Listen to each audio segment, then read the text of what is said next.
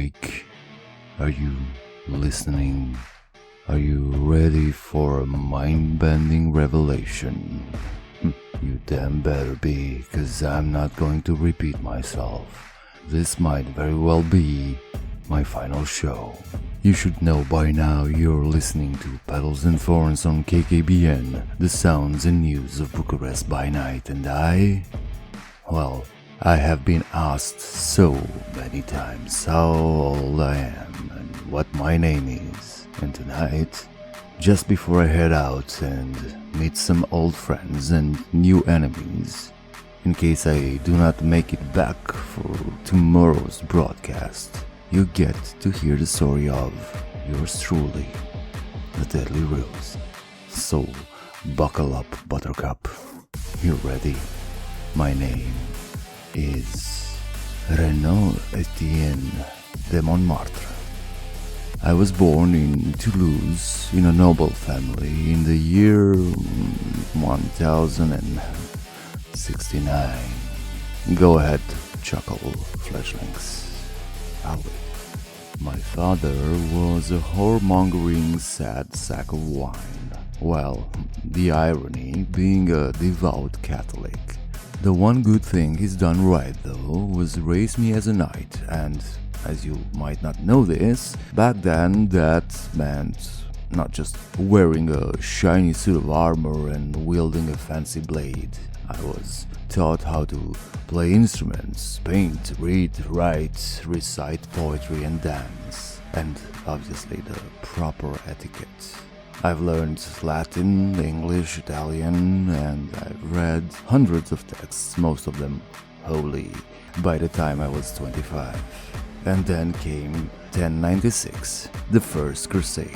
My father signed me up for that massive fuck-up under Raymond IV, the Duke of Toulouse, which is the reason why I am who I am today.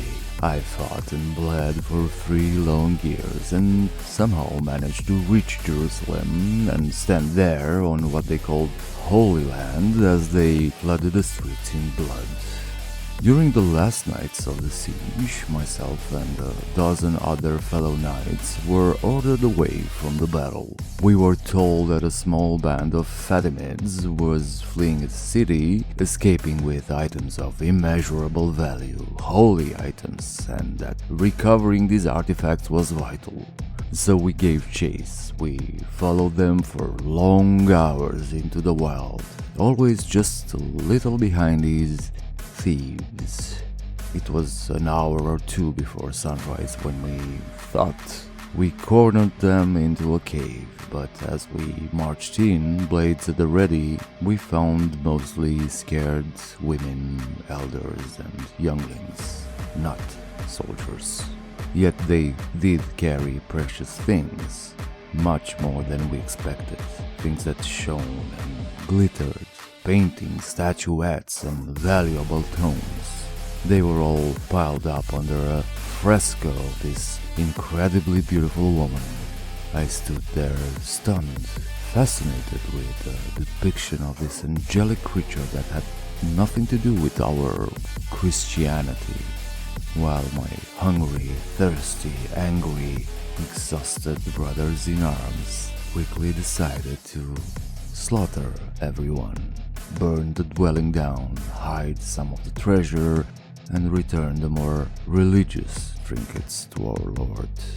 I quickly turned to our commander in shock, not understanding how they would abandon our morality, our code, and forget all our strife so easily. And I realized by the look in their eyes that they would just as easily dispose of me. They slowly approached with swords drawn and then charged, as I was the only thing standing between them and the heathens. I cut 2 of my brothers down before a blade pierced my gut, and as I fell on my knees, blood gushing through the wound, I witnessed the rest of these soldiers of God be shred to pieces by this dervish.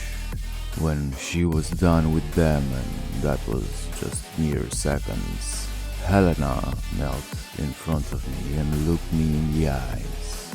She asked me why I would do such a reckless thing as to go against my own while I was clearly outnumbered and victory was impossible. I answered her truthfully. It was the only thing to do. I would not kill innocents, and I would not let that divine depiction of her be destroyed.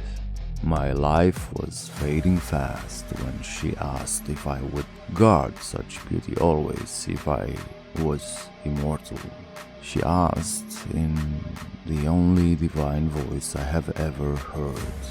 No priest, no church, no one and nothing had ever seemed godly to me. But she was, and obviously I said yes. I will not speak of my time with her, for it was short, or shorter than I would have liked. Her sights were always on her sworn enemy, and her obsession with destroying him was stronger even than the Toreador curse. But for my vow, I have kept it.